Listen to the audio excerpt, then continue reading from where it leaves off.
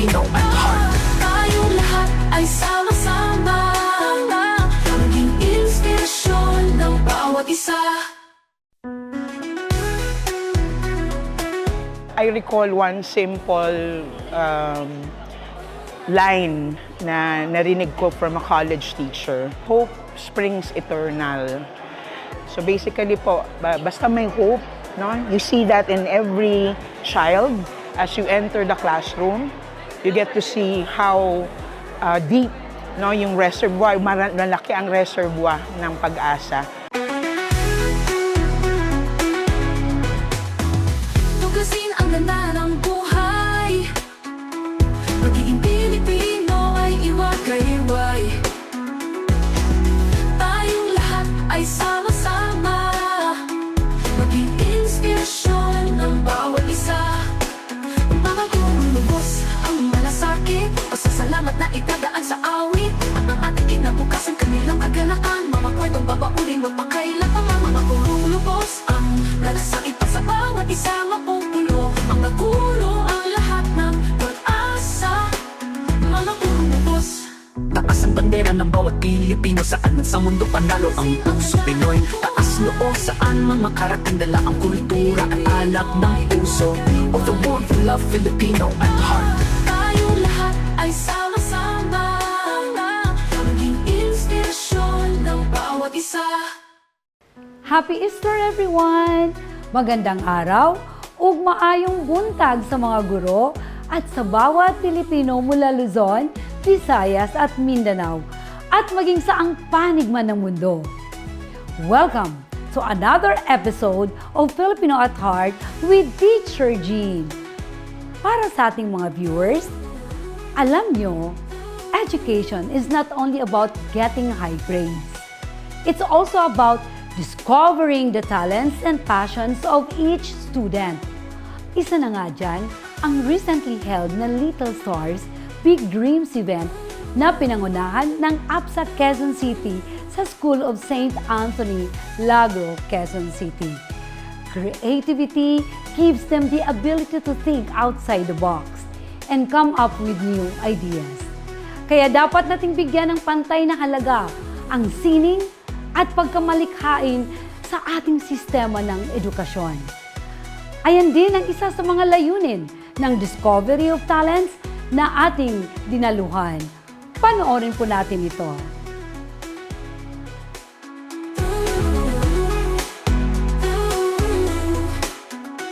And may this 24th founding anniversary be a memorable and joyous occasion for all.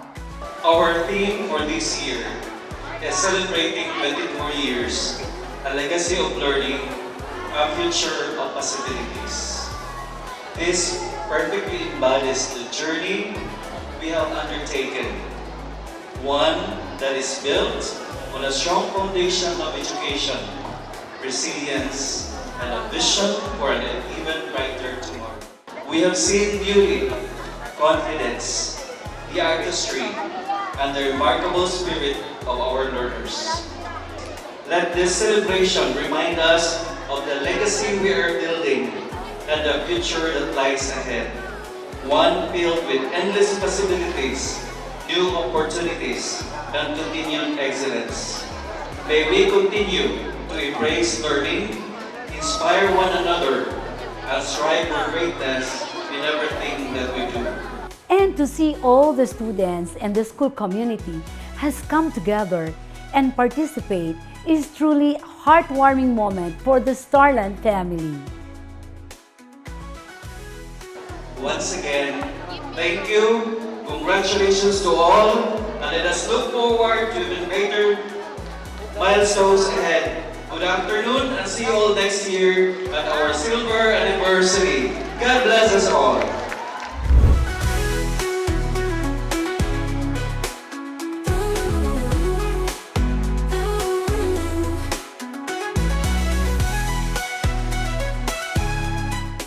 You're still watching Filipino at Heart with Teacher Jean.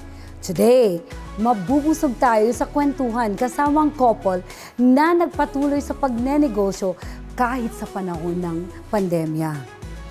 Good morning and welcome to Filipino at Heart, Patrick and Rosel Clavel. Good morning, Teacher Jean. Good morning din, the power couple behind Yums Dining.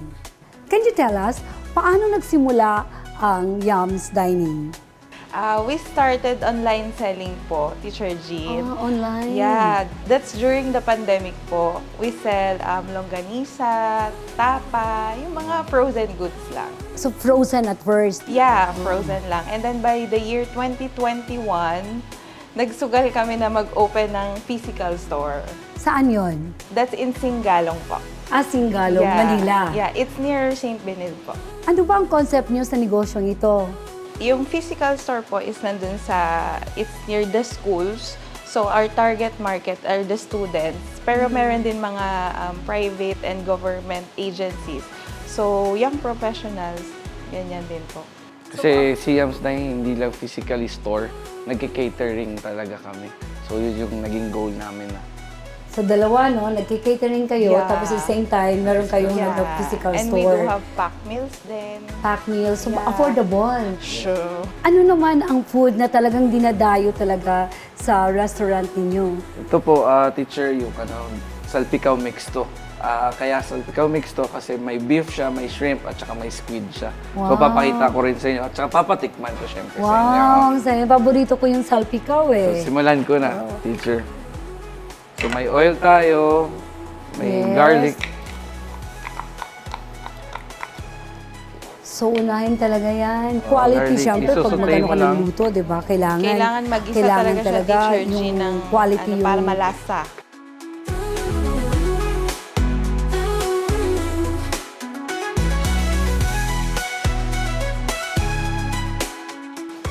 Ang ginagawa kasi namin sa store, Teacher Jean, para fresh pa rin yung yung sinaserve namin, is yung ginagawa namin, pinaprepare namin siya. Siyempre, papakuluan mo lahat, and then i-frozen mo.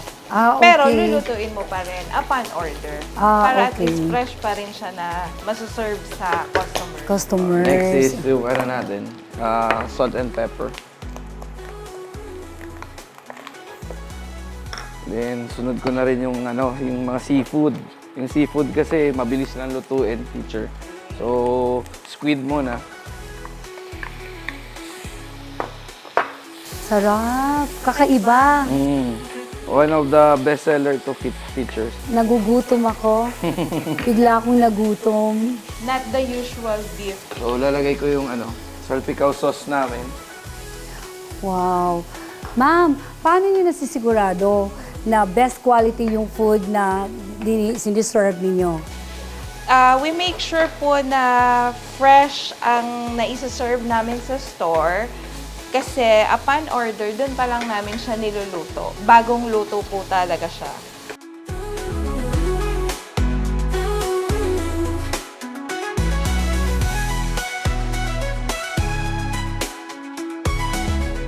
Parang bumabango na siya talaga. Parang Malapit na. may naglagay ka ng butter.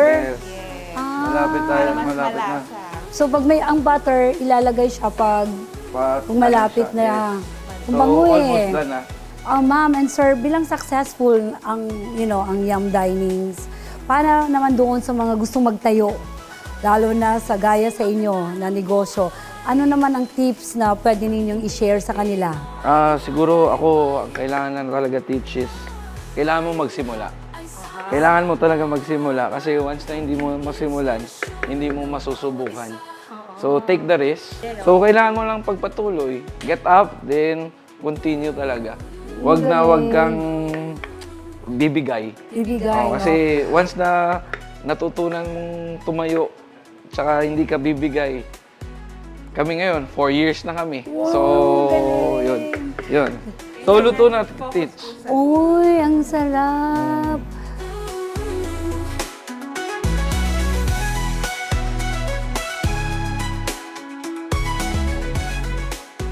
Siyempre, doon tayo sa pinaka-favorite part ko, tikiman portion. Please invite our viewers kung paano sila maka-order para matikman nila ang masasarap na pagkain. We are inviting everyone to like and share our page, Yums Dining.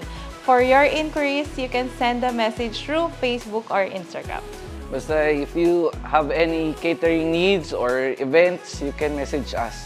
Thank you, Patrick, and thank you, Rosel. Thank you, Teacher Jean. It started as a dream, ang Yums Dining. Pero dahil sa diskarte, sarap ng pagkain nila, definitely certified couple goals na talaga si Patrick and Rosel. Magbabalik po ang Filipino at Heart with Teacher Jean.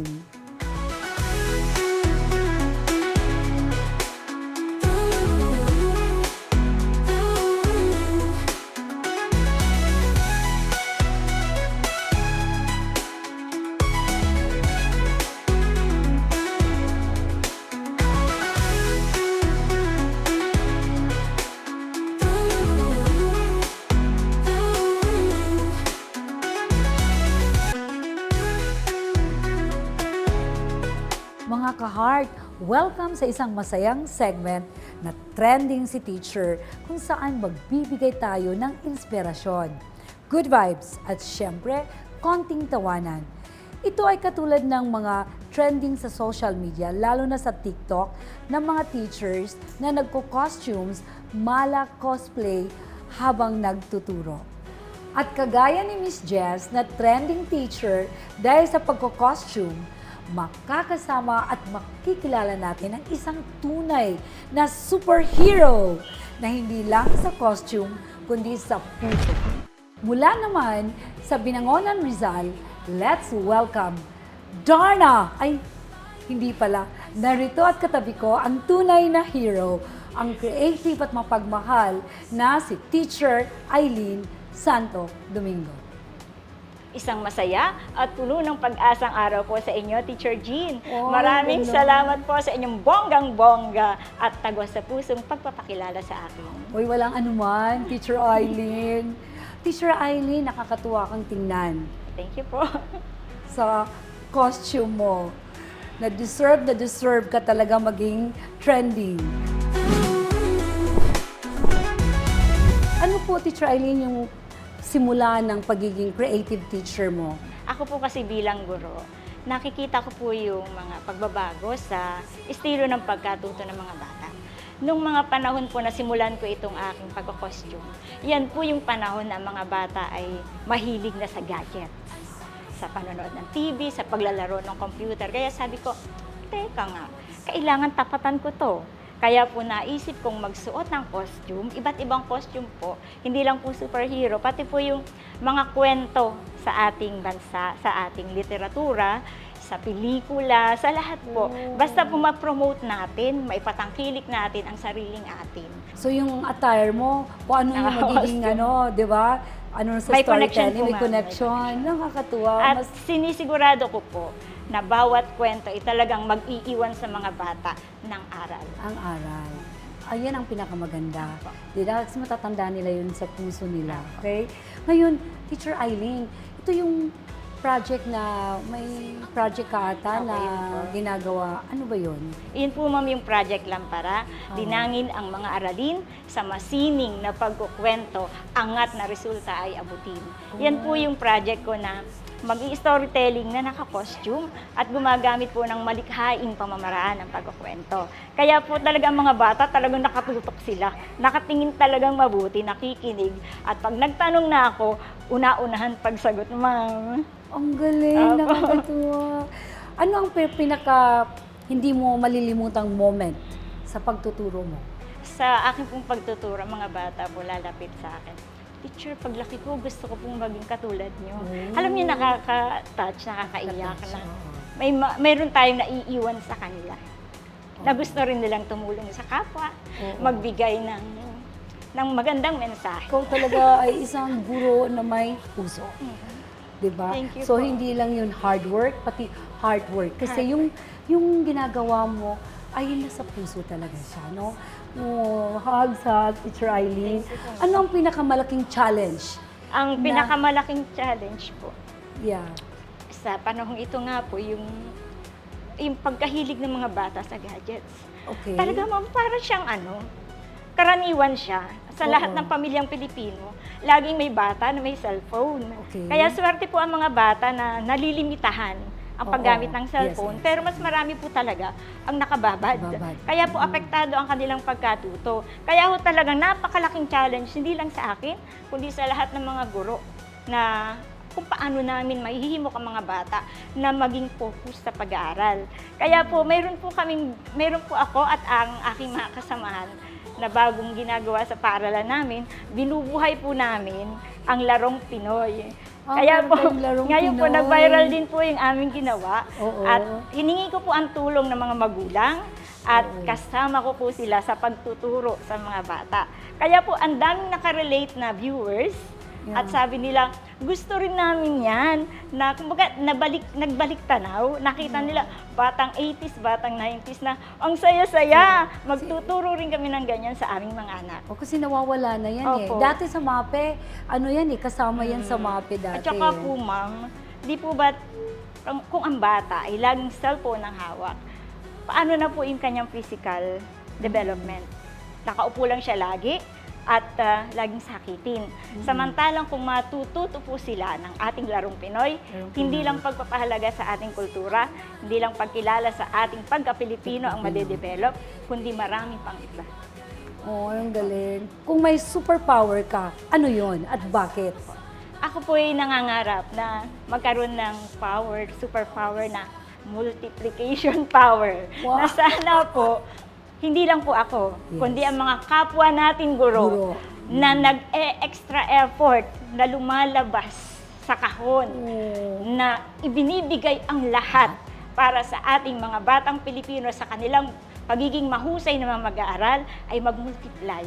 Para po mas maraming bata ang matuto, mas maraming bata ang maging matatalino at mabuting tao. Yeah.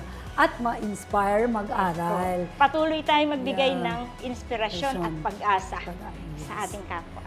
Tama ka talaga, Teacher Eileen. Ang galing naman ng mga words of wisdom mo, di ba? Nakakatuwa, Teacher Eileen. Salamat talagang sobra na nakaka-inspire kahit anong ang hirap, di ba? Pero nandyan ka talaga dahil andun yung puso mo talaga para sa mga estudyante. Ang dami na namin napuntahan, ma'am. Yes. Yung mga bata tuwing umiiyak sila ng pagka natutuwa sila at sasabihin nila, kailan po kayo babalik? May Wow, ginagandang oo. tanong po. Ayun po, dami na namin napuntahan yung mga nasalanta ng pagputok ng bulkan, mga bagyo, mga kasama kasi. Pahag mo. Ang galing mo talaga. Yan ang tunay na guro, no? Na may puso talaga para sa mga bata. Yun ang pinaka-importante. At yan ang dapat pahalagahan ng lahat. Kaya ganun tayo kalaki ang parte ng teacher sa bansa natin, di ba? Hindi ko nga po maiwasan yung maging emotional kasi Yes, oo. ang tindi ng challenge sa ating Sa mga ating guro, mga guro, kung yes. paano natin babaguhin. Yeah, yun, Kung ano challenging sitwasyon yun. ng Yes. bansa natin ngayon. Oo. Kaya sa ating kapwa guro talagang huwag bibitiw. Yeah. Kahit tayo nahihirapan, ang daming pagsubok, tuloy lang. Oo. Tuloy ang laban. Para sa bata, para sa bayan. Yes, ganda yun Para sa bata, para sa bayan. Ang galing, Teacher Eileen. Ang galing talaga. Nakakataba ng puso. Nakaka-proud na may isang Teacher Eileen. Maraming salamat. Okay, yeah.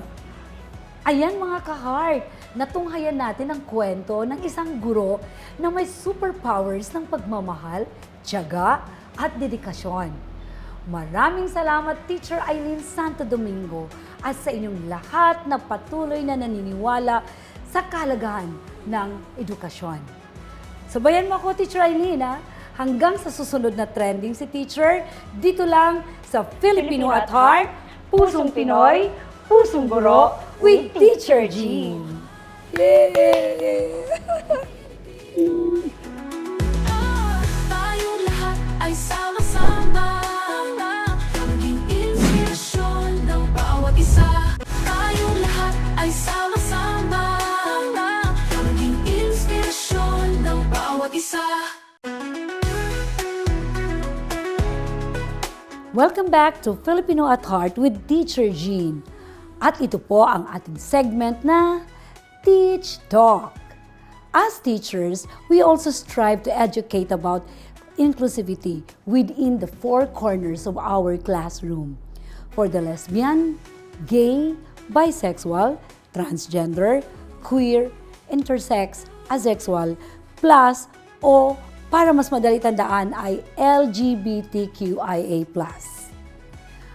Kaya para sa ating mga kwentuhan today, ay makakasama natin si Teacher Johnson or Teacher J para tayo ay bigyan ng insight tungkol dito.